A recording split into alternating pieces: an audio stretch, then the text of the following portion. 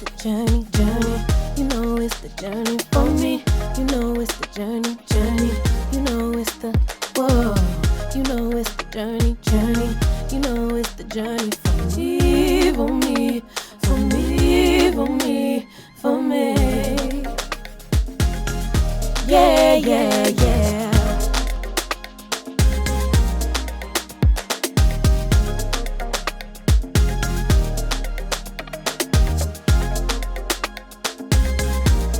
Hello, self-travelers. Welcome to another episode of It's the Journey for Me, taking you on an intimate trip with your favorites from then to now. I'm your host, BritniTheBrand, and today we have Bishop Dreyfus C. Smith and First Lady Melissa Smith. Bishop Dreyfus presides as senior pastor over Wings of Faith Worldwide Ministries in Atlanta, Georgia. He's ministered the gospel for over 35 years, received a Master's of Divinity from St. Thomas Seminary, and 2 Lifetime Achievement Awards. Prophetess Evangelist Melissa Smith is a highly requested keynote speaker, CEO, and author of best-selling books, Doubt and Destiny Don't Mix, and after this, 10 Tips for Moving Beyond Heartbreak. She served under the leadership of Bishop Dreyfus C. Smith and is now officially his wife. I'm here with Bishop Dreyfus C. Smith and First Lady Melissa Smith. Bishop, First Lady, welcome to the show. Thank you so much. So honored to be here. Thank you for being here. Thank you for having us in your beautiful home. This is gorgeous. Such a wonderful opportunity. Thank you. God is favor, but we are really excited tonight about being on the show with you. So we thank you. There's a chameleon people you all could have been interviewing today. Yeah. So to think about 2 pessimites like ourselves. We honor ourselves before we thank you. Yeah, thank you. Now, first of all, congratulations on your union. This is so exciting. Thank you. Absolutely. So let's go back. This is all about journey. So let's go back to when we first met, how we met. Just paint the scene for me. Okay, I will. Well, we actually met over 20 years ago. I was a praise and worship leader at a particular church in Alabama. And he was the guest preacher that was going to come in to preach at the conference. And so during the conference, of course, I think he got late.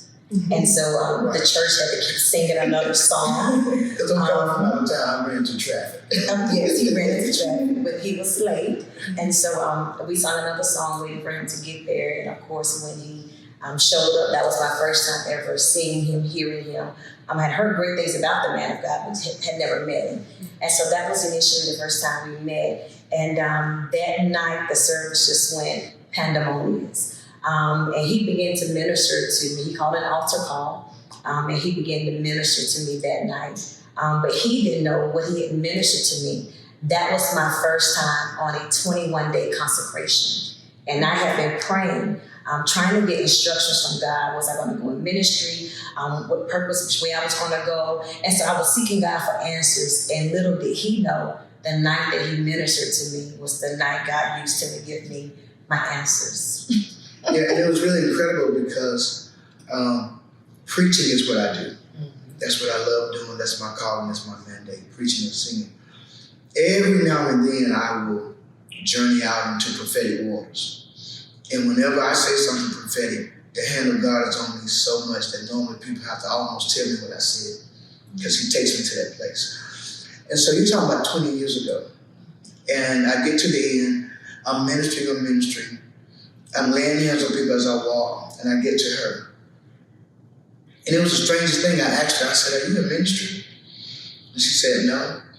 And I said, "Wow." I said, I looked at you and I had a vision of you preaching.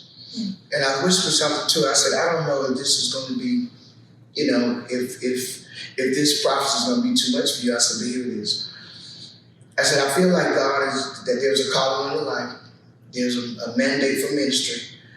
I said, and your gifting is going to be singing, but your calling is going to be preaching. I see God using you on multiple stages around the country. I said, but I also feel that there's going to be some stability happening, some storms. I said, but God wanted me to tell you that even if you get wounded by the warfare, you're going to win in the end. I said, so if you could just take the testing, God said you're going to come out triumphant. I said, and our paths may never meet again. I may never see you again, I don't know. I said, I hope that our paths will cross again. I would love to see what God does, but I hope you receive this word. I'm not trying to force it on you. This is what God gave me as release. We prayed, we talked, and that was 20 years ago. And that's what I was praying and fasting about. And I didn't know. But I was wrestling about going into ministry. And because my family was just gifted in singing. But I was literally wrestling, God, I'm just not sure this is you. And so when he gave me that prophetic word that God asked me, was I in ministry? All of a sudden I'm just like, oh my God, he about to tell me my answer. And lo and behold, he was the confirmation to what I was praying and fasting about. And true enough, just like the prophecy came forth, I ended up going into ministry, and then I ended going into a very dismal time in my life, a lot of storms. But I remember what the prophet had said, that if I just hung in there, I was going to come out. And so that's how we met 20 years ago. 20 plus years ago. Yeah, 20 years ago. Beginning, right? I mean, when you think about that, you think about the fact that you all were genuinely just placed in each other's life for a moment that you weren't supposed to stay there. You just had to kind of plant the seed and not even know that you guys were going to come back full circle. Let's talk about the full circle moment, right? Okay. So where was it that you all reconnected, and what was the feeling like when you realized this is it? So what's really crazy is that the first time I met her, I was on assignment in the kingdom. By the time I got through praying with her, I was tired, exhausted, cramping, hungry, ready to get back to my hotel room, ready to rest, ready to get back home to Atlanta. So it was different. It was just totally different. When I met her 3 years ago, I'm back in Alabama at another church, another conference, of course, and I walk out to minister. I stand up and I see that there's a lot of people there, but there's a young lady sitting right in the aisle. And when she stands up as I'm ministering and everything, I kept saying, man, she look familiar. Man, she look familiar. I mean, she's gorgeous, she's beautiful. I'm trying to stay focused. But my mind is saying, I've seen her before. I've been before. But I couldn't figure out, and this is the truth, I couldn't figure out who she was. Because, and I'm not saying this just because I'm sitting in front of her, when people see her, they automatically feel like she's a celebrity or somebody. So when I first saw her, I was like, I was really serious about taking my text, because people know how serious I am about preaching. So I'm taking my text, I'm in it. And she told me to stand up, and I said, man, she was familiar, and I couldn't figure it out. Focus my mind back on what I'm doing. Mm-hmm. The service is over, another Pentecostal time. Someone that was a mutual friend of both of us began to speak and tell me, hey man, did you see the young lady in the service? It's packed. I was like, well, yeah, she was in the aisle, whatever. I said, man, I know her from somewhere. And I kept saying, I know her. So I thought this was going to tell me, whatever celebrity she was, whatever. And we talked, whatever. And that mutual friend said, well, you believe you know her. Some kind of way she believes she knows you. Because it's so funny. I had just flew back in town from preaching from a previous conference, and my aunt invited me and said, well, I want you to come to service tonight because we're in revival, and it's going to be this dynamic man that's going to be preaching. You got to hear him. I'm like, I'm tired. She was like, you always tell me no, just come. And I was like, okay, auntie, I'm going to go just because you asked me. I was tired, did not want to be there, but to honor my word, I came. And when I walked in, I said, no way. And I hear my aunt, I said, what's his name again? She said, that's Bishop Dreyfus. I said, you're not going to believe it. So while he's up there preaching, I'm whispering, telling her what he said to me 20 years ago. I'm telling her, this is the man that said X, Y, and Z, da, da, da, da. And she was like, what? And that service was in a blackout. And I know that you all know what I mean, in case there's somebody watching. The lights were on the platform. Right. But they had blacked out the audience. Mm-hmm. So that's why when I was saying, I glimpsed her and I said, man, it looked like somebody I know, but I couldn't figure it out because it was so dark. When they dismissed, I wasn't in there when they dismissed, when they brought the house back up. So I still didn't get a great look. And so when we finally got a chance to talk, that's how we caught up that night on the phone. We ended up just speaking at night. Yeah. I think we stayed on the phone for about... to the next day, probably. Yeah, for like... we were just catching up on life. Years. Telling her everything that happened in my life, everything that happened in her life. Yeah. You know, my daughter, who's my brat, my spoiled diamond. And she was telling me about, her kids and everything. Mm-hmm. And I was telling her about church and my ministry. She was talking about hers and everything. That I finally did go into ministry. Yes. And see, all that was me. So now she's not only in ministry, and she hates me to say this, she's in ministry bigger than me. And I'm the one that prophesied. I was like, okay, Lord.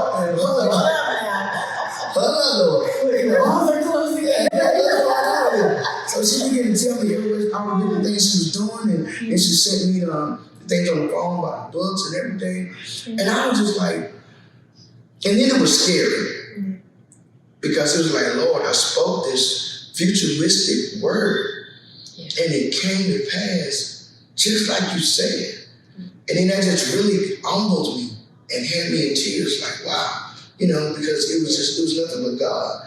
And as we began to speak, and she was just so powerful. And I began to ask her, I said, I don't say this to people, but pray for me. I'm trying to accomplish this, I want to do that, boom, boom, boom. Yeah. And then she would just start calling, praying for me. How did your Sunday go? How did your week go? What are you preaching at? Whatever. And then she would call and say, well, what are you preaching? And that was good. I had someone I could talk about the word with. And then she was preaching that word. She said, okay, I'm doing this text. Tell me, have you done this text for us? Yeah, I've done it. I said, tell me your points. And she said, what points? I said, okay, well, then consider this, boom, boom, boom. So it just became like our love language to talk ministry. And she had things going on in her life. I had things going on in my life. And, but it was just amazing. Like, this is so transparent. Nobody's gonna believe it. So I could leave dinner, I could leave a date, get in my car, but I was missing that conversation. And I would call her, or like she would text or call me and say, where are you? I said, I tell no stories. I said, I'm on a date. She said, I'm sorry. Praying for you, hope everything goes well. I get in the car, and she'll say, why you call me back? I say, I kind of ended the day. Now, what were you saying? And we would just start talking about it. So our conversations were so powerful, so prolific, so profound that our dialogue began to draw us. And a lot of people like falling in love from the physical, but when your minds can love, when your minds can marry and mesh, that's different because now you speak the same language, you have the same conversation. You realize you're casting the same visions, you're trying to go in the same directions. And that was fulfilling for me. That was exciting because that had eluded me. So through all of that, that's kind of how we got here, to where we are now. Yeah. What was the deciding factor for you that really, outside of the conversation, that you were like, I have to marry this woman? Okay, again, full transparency. God has been so good to me, and He's blessed me so richly. And as I go to the window of memory, as they would say, pull up the blinds in retrospect, I dated beautiful people before. I think what made this so different for me was the difficulty of dating oftentimes is that you find a person that's really smart, but then they're not silly. Well, see, I'm silly, so that's important. For somebody else, that may not. So you find, for me, you find somebody really smart, but then they don't have a sense of humor. You find somebody with a great sense of humor, but then they're not serious. You find somebody that's serious, got a great sense of humor, but they're not spiritual. You find somebody that's spiritual, great sense of humor, but they're not fashionable. It's like, I know this sounds, I had this checklist. And, this person will have these 3 things, and you meet this person got these 2 things, and you meet this person. But when I met her, and I say this from the bottom, from the basement of my heart. When I met my wife, I knew it was God because she had everything I had ever wanted. She was the prayer I prayed in private that showed up in public. And I knew it was God. I knew it was God because there was no reason to look anyplace else. There was no reason to call anybody else. There was no reason to continue no place else. It was just no reason. Like God, it was like God said, I've heard you, I hear you, and I trust you. So here is the absolute very best I have for you. Now, love this and honor this. And that's what I did. But I want to say this for me, the anointing, the fact that she was so anointed, on top of being intelligent and smart and beautiful and creative and driven and a businesswoman and entrepreneur and silly and, all that good stuff. But she was truly anointed. And as a man, she did something that fulfilled me. She handled me with such great honor. Like her reverence and respect for me was off the chart. And that type of honor, to me, that type of honor makes a man go beyond and above because you fulfill it from the inside out, and it makes him now just want to give you the world. And that's what happened with me. Yeah, hands down. I'm gonna start praying the Melissa prayer right here. Okay, so I'm serious, y'all. Okay. So for you, same question. What was it for you that made you say, this is a no-brainer? For me, my story is different from his. I had dated great people, of course, but no one that I dated was him. Like, he reminded me of nothing from my past. Not taking anything from anyone that I dated, but he was not a familiar story to me, which made me spark an interest because I didn't have to dummy down for him. I didn't have to scale back of who all of Melissa is. He brought me a balance in my life where I didn't just have to be spiritual, because when you're a woman in ministry, you're very selective about who you share your time with, because they may just want you to be the church girl. And it's nothing wrong with being the church girl, but I'm a fun girl as well. I'm the church girl, the fun girl, the business girl. But with him, he accepted all of me. And once I felt that I could trust him with my scars, he literally made me feel they became beauty marks. He literally made me feel that there was nothing that I had gone through in my life. I can't believe I'm about to cry. He made me feel that there was nothing that I had gone through in my life that would make him ashamed or me be ashamed of. So I knew without a shadow of a doubt that this was going to be the man that I was going to marry. To the point when God whispered to me that he was my husband, I couldn't say a mumbling word because I just, how can something good come out of this? How can someone so great see this little girl, But he made me feel like the Esther, and he was my king that was seeing me. I knew that this was going to be my husband.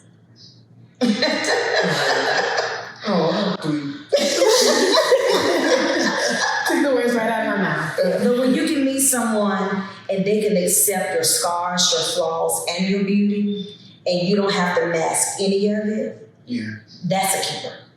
And that's who he was to me. Yeah, I think we've been able to be spiritually and emotionally naked before each other. Yeah. We haven't had to hide. We don't have to water down. We don't have to dummy down. Yeah. When I feel like being really deep, she listens and she converses. When I feel like being Jeff Comedy Jam, she listens and she laughs. Then I throw in the mic, do it again. Right. We study the Bible together. Yeah. We swim together. We go downstairs and shoot pool together. We watch movies together. Yeah. I host a lot, and I don't host on, just Thanksgiving, Christmas, 4th of July. People are literally at my home, at our home, Weekly. Like the reason there's nobody here today is because we knew you all started. but we enjoy hosting, we enjoy having our friends over. But this is what's so different. When everybody's gone, there's nobody around. We laugh just as hard when it's us two as we do when it's 25 people over here. And so we just really like spending time with each other, and we don't have to pretend up front. Like, I'm Bishop Dreyfus Smith in the pulpit. But to her, I'm just Bay. Yeah. You know, and I'm doing what I do. You know, and when you walk out, you walk out. Because you know, in life, you walk out in your element. Mm-hmm. But that's not really all of who you are. Right. And that's what happens in the world. You know, people see you in your pinnacle, in your point, in your passion, in your power. Mm. And they think that that's where you are and who you are all the time. Even Superman takes off his coat. Yeah. Wonder Woman don't fly around all day. You know, and people don't realize that no matter how awesome you are, how powerful you are, or how much purpose your life has, there's times you want to close the door and just be human. You don't want to be politically correct. You don't want to be speaking in tongues. You don't want to be, you don't want to do that. You want to close the door, let your head down, kick your shoes off, sit on the sofa, and just be human. Yeah. And there's days I don't want to, because, my job is a burden-bearing job. There's days I don't want to bear burden. I'm not in ICU. I'm not at the hospital. I'm not at the jail. I'm not out doing pastoral things. When I'm home, I want to laugh. And I want to be me. And it may not sound pastoral and may not have a bishopry tone, to the way to look to see my speech. But if I can just be me, and that's what she does. She allows me to take off my cape, put on my mask, and just be plain old Clark Kent. And I appreciate it. Let's kind of delve into that, because you all got married on Juneteenth. Yeah. Oh, yeah. And that is such a serious symbolism to everything that you're saying right now. The freedom to be Black, the freedom to be free, and the correlation to the freedom to love each other in ministry, where people are like, don't, kiss her in public, or, you guys are leaders. How do you feel about the ability to say, this is my wife, and I can hold her hand, I can kiss her hand, I can do whatever I want because I chose to take this path, and the freedom is not your freedom to give me. Right. Where is that for you all? Well, for me, I would speak as a single evangelist because that's who I was when he met me. But the freedom to love him became one of the viral conversations, because when I announced my engagement, nobody even knew that I was dating anyone.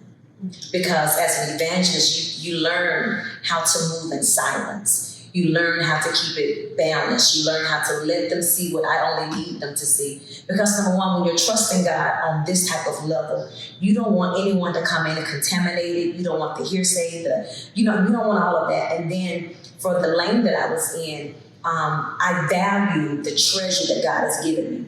So I always have tried to keep myself in a position to honor God, so that people can honor the word that comes out of my mouth. So in dating him, now publicly, it was a freedom, it was a liberty, because no one has ever known me to date anybody. So the moment that I'm engaged and now we're standing in front of his now church, for me to kiss him in the pulpit the day of he announced it was like, wow, I'm really free. So for me, that freedom liberated not just a passion, but another level of intimacy and revelation of who God was, but who we also can be. So that freedom was something I never experienced, but I love every moment of it.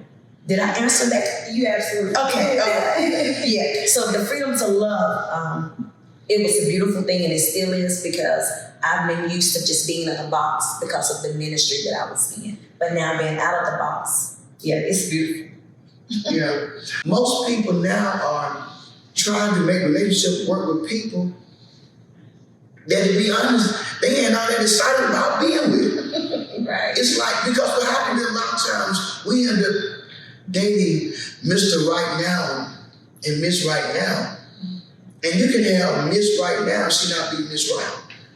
You can have Mr. Right Now, he not be Mr. Right. It's just who's available at that moment.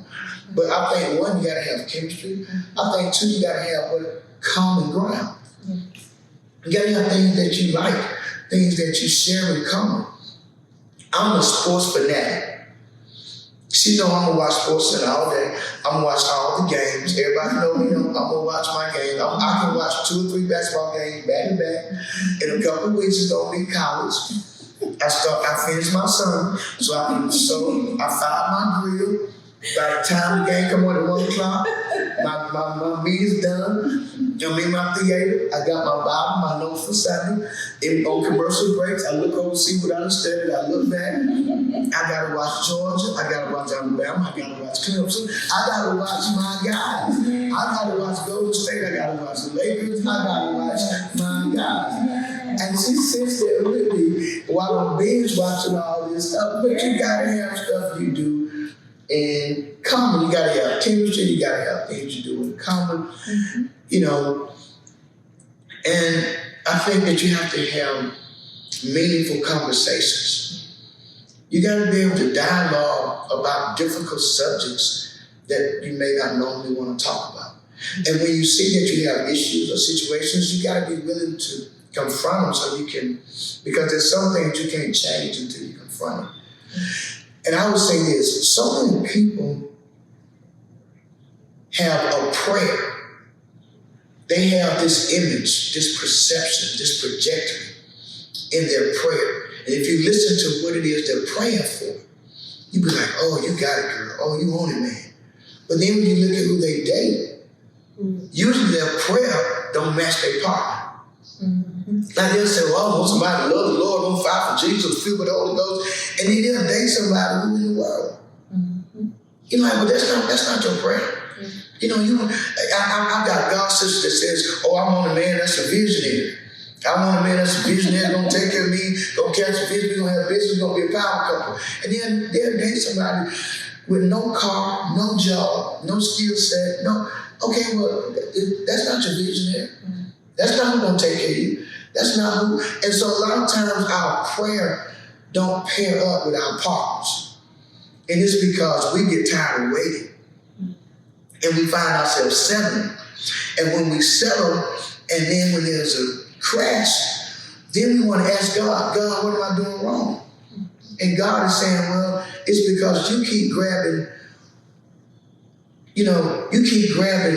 who you want, because you're not willing to wait on me to send you what you need. So there has to be some patience in there. You have to be willing to trust God and depend on God and know that just because it's taking him a while doesn't mean that his delay is denied. I want to piggyback real quick. He said something about the chemistry and conversations. And I think from women, I'm going to speak as a woman. In my life, I realized that many of the times in counseling other women and even myself, we settle for convenience versus covenant. And convenience oftentimes shows up when our life is pretty much at a standstill, or what I call the wilderness of our life. That means you've hit a place in your life where things may not be quite where you want them, but you're not where you're going to be. You've lost hope in some areas. Maybe some things are falling apart. You've been hurt in previous relationships. And so now you're attracted to what's convenient, what's available, not knowing that should be the time that you don't settle for convenience. You wait, get healed, and then pray for covenant. And so many a times when we stand still and be healed and dismiss the convenience, God will send the covenant. And so I'm a firm believer that covenant will match your conversation. And when I say that means covenant looks like everything that you pray for.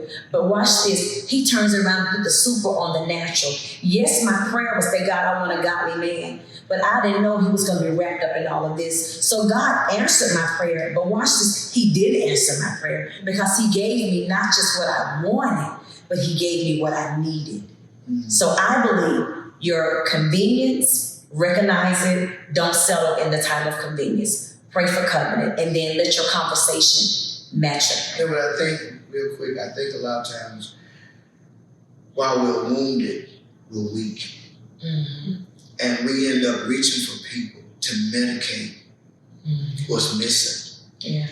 And then we find ourselves getting attached. Yeah. And before you know it, a week turns into a month turns into 3 months, 3 months, 6 months, 6 months to 12 months. And now you almost feel obligated. Yeah. Here's the problem. Within that next 3 months, 6 months, 9 months, 12 months, something happens that you don't realize happened. You have an awakening. You have an awakening. You have a eureka moment because guess what? Now you're healed. Right. Now you're healed. You're not angry no more. You're not angry. Right. So now You're not frustrated. And then the person you they walk in, you want to say, who are you? right now I can recognize that you're cross-eyed. Right. Now I recognize you are missing a tooth out of your mouth. Right. How did I not see that? So you know, Yeah. everything Okay. it's coming down. Oh, okay. Yeah. Well, why did I see that? Yeah. But you was weird. You was wounded in the wilderness, and it made you weaker. Yeah. And then as God healed your spirit and your soul, because whenever He heals your spiritual soul, He heals your mind. And once He does that, now you're back to the conversation that you should have had, back to the observations you should have had. Now your frustration is, now when you get to the situation, I should have. But now I got to deal with what I did while I was wounded and weak. I also think, and I know we're on a time frame, but one thing that I think to answer your question, I think people should look for while they're dating someone that they can be completely naked with. Not physically, we do that every day, but emotionally, transparency. I think you should look for someone that you can be completely naked with, totally transparent with. And if you can't trust them with who you are 100%, I think you should keep going. Yeah. It's funny that you said that because I really want to touch on, the battle and then the success with your health, right? Yeah. Because you've been through so much together in a short period of time, individually and collectively. Talk to me about what that was like on both ends to go through that. What was the circumstance and how did you all get through it?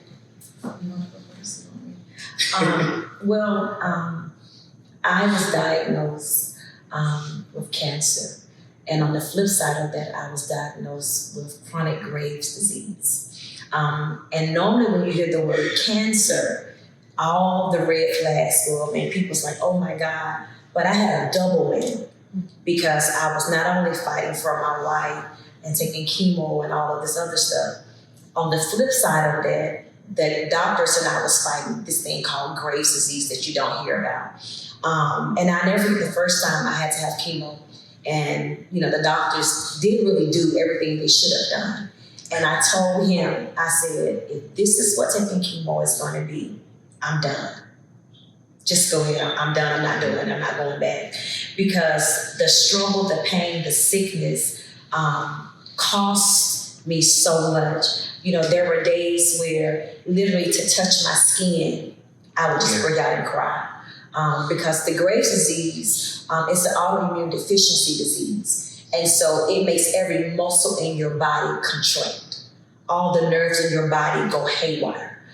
So just imagine fighting cancer, going through that sickness, the vomiting, the losing up your hair, all of that, and then fighting something else on the other side. I literally, can be honest, a part of me lost my hope. A part of me was angry with God because I'm obeying you. I'm doing everything you asked of me to the best of my ability. And then you permit me to suffer like this. Yes, I understood the book of Job, that he was considered. But why consider me for this? Because the journey of that was just horrific. I remember the first day I came home from the hospital and my mother and my aunt had to come and literally live with me. And the first night I got home, I had 4 seizures back to back. I've never had a seizure a day in my life. And my mother is holding me and I cannot stop my body from shaking. I'm going through something that literally is like, am I getting ready to die? And so it became the worst moment and seasons of my life. And so going through all of that, it's amazing that God had prepared him and strengthened him to walk the journey with me. And so I'll let him talk about, his experience, because he literally became a voice of peace for me. He became a voice of hope for me. I would tell him what the doctors were saying. And he would just always come back and like, well, try this, or what about this? He was my sounding board. In days when I didn't want to talk, he would just listen to me cry. I would tell him how bad the pain was. And every time I would have chemo, before my chemo, he would text me or he'd pray with me. When it was over, he knew I was sick, so he was just let me know, I'm praying for you. It's almost over. You got 15 more rounds to go. We counting down. You got 14 more rounds to go. We're counting down. And he said something that was so powerful. He said to me, we're going to fight for this chemo. We're going to fight this cancer and beat this cancer, and then we're going to fight for us. That let me know then that he was not a one-night wonder, that he was going to be here for a lifetime. Yeah, it was one of the most,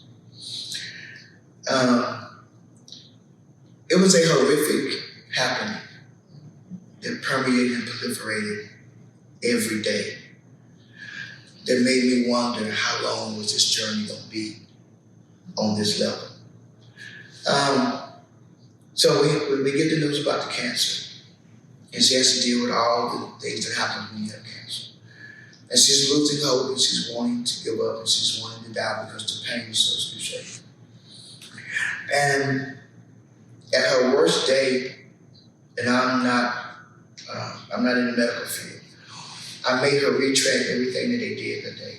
I made her retract how they hooked her up, how they did the chemo, what meds she had before, what they did after. Because one thing I did was, when I got the news, I went out and for a week, like studying a sermon, I studied cancer. About 5 to 6 hours a day, I would just read about cancer. I read about chemo. I read about the different kinds of chemo. So by the time they offered chemo, I knew what chemo she needed. I knew the different options. I studied up on it because I didn't want to be ignorant on the journey. And I hadn't planned on going anywhere. Okay, so I need to figure this out. I need to know what I'm up against, what I'm doing. So we go through all this, and now I begin to make suggestions to her to tell the doctor.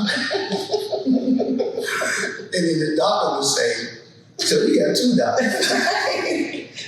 Right. The doctor would say, well, okay, yeah, we can try that. So that's what really made it funny, right? So it was like, so...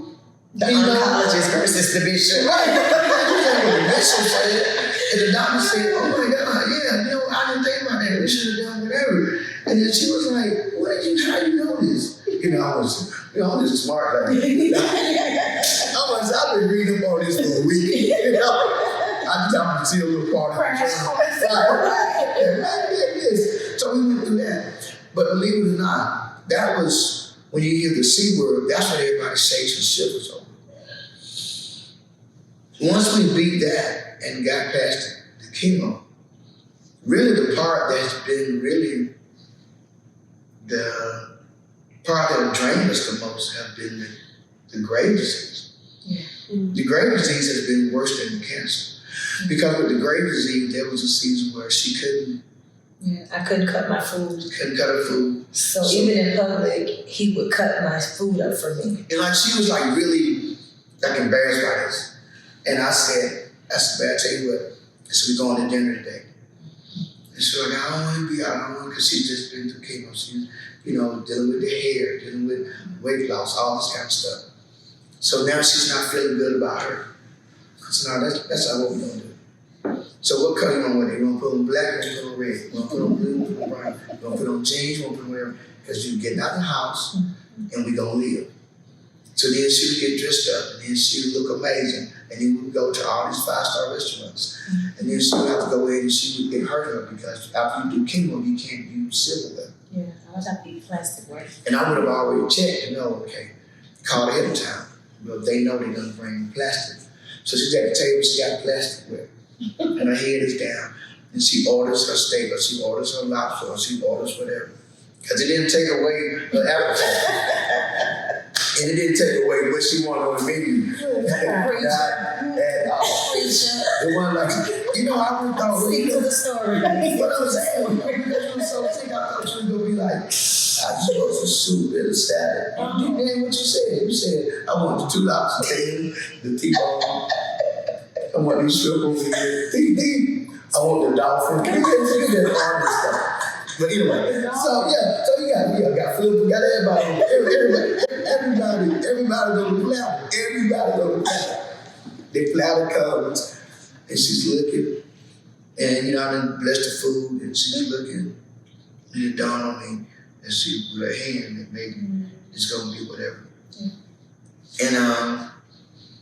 And I said, babe, you don't want to cut your food for the rest of your life, right? You don't want to feed you for the rest of your life. And she bust out laughing. I said, girl, give me that plate over here. You know, so then I'm acting silly. I'm cutting food. They come, everything fine. Yeah, I'm just, you know, my wife and I are sharing our food. We just sharing our food.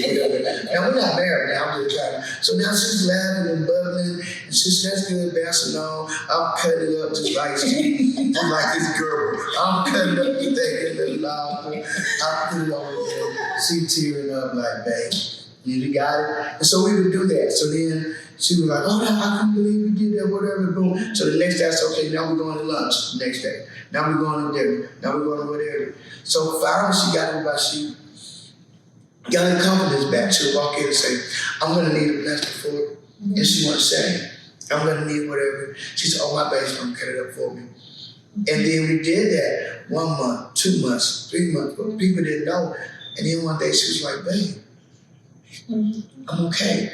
Let me get some silverware. And what was that? The restaurant like, you can eat by yourself. You can cook by yourself. Because like she could pull at a gas station. I have to go meet her. Her hand be bad. She couldn't pump gas. But she couldn't turn the door. So I actually became her caregiver. But we just didn't want people to know. So we didn't wear the stone. We just covered it up. She got in pain. She tapped me. I knew. It's time to go. Just need to sit down. She give me a cue. Sit down. Intention, step out, get yourself together, you know.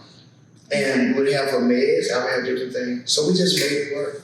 Yeah, wasn't that scary about it. Because when God is in it, you know, He makes your weakness strength. So it's all good. So watch this. After I beat cancer, and they announced me cancer-free, which is now I'm 8 months cancer-free. Come on, man. Yeah. He ended up getting COVID. They announced me cancer-free 1 week. The following week, he now has COVID.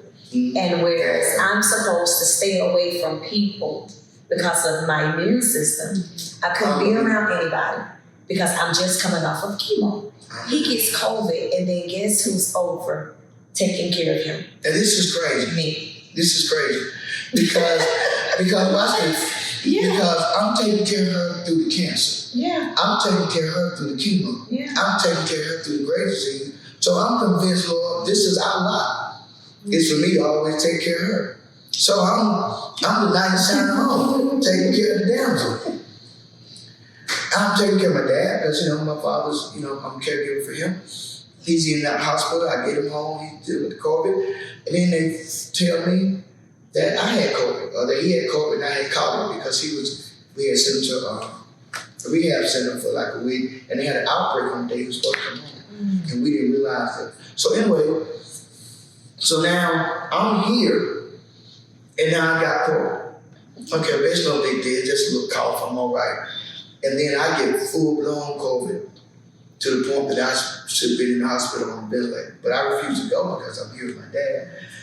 And I'm so sick. I'm so sick that if I go, when I was in the basement, if I was in the basement, I would get so sick I couldn't come upstairs. If I'm upstairs, I was so sick I couldn't come downstairs. So wherever I was, when it got rough, I couldn't move because I couldn't breathe. And I'm telling her, whatever you do, don't come over here. Whatever you do, stay away. You cannot come off chemo. You cannot come off everything just went through and then be around somebody with this virus to this degree. And this girl came over, and basically she's never left. And I was so sick. I mean, I was so sick, I thought I was gonna die. And I weigh 207 right now. I weighed 257 when I got sick. Yeah. I was this. And so sickness took all that from me. And she never left my side. She actually nourished me back to where I was supposed to be. And when I say those couple of weeks, you know when you get married and talk about better for worse? We've been through worse. Because I've never been that sick in my life. I mean, the only person in my lifetime that I would have ever wanted to see me that sick or take care of me like that would have been my mom. She's in glory. Because the things she had to do for me, to help me, when I say I couldn't do nothing, I couldn't do anything. Because in that nighttime was the worst because I couldn't breathe.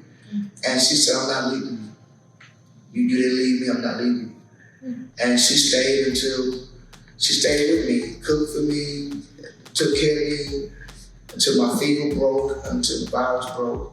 And I'm here today because God sent her to be my angel.